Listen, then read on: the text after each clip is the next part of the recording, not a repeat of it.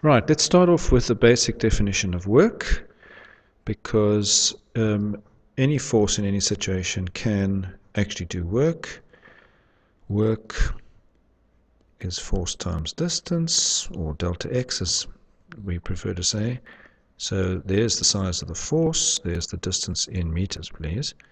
And so you get this large number, 308,000 joules, and you're asked to give it in kilojoules, so 308 kilojoules will crack the answer there for 3.1. Now, the ambulance has stopped, come to a halt, which means that it's got to be zero kinetic energy at that point. The ambulance as an object is not moving. Now you've got to describe the energy conversions, because it had energy, kinetic energy, and it's all vanished.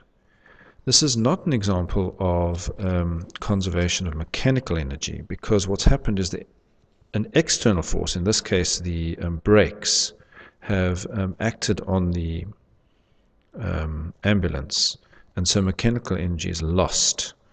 So in terms of an answer here, we want to be able to say that energy has been transformed by the brakes, by the friction, as heat and as wearing of the brake pads, as well as friction of the wheels of the road, which would have been happening anyway, even when the brakes weren't being applied. There is an alternative way to answer this question,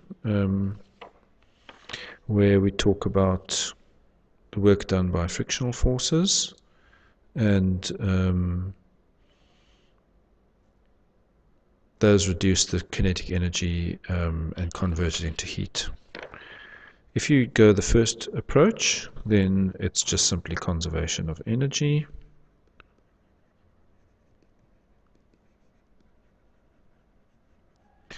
But if you equate work done with energy being transferred, then for 3.4 you should answer that it's the work energy theorem.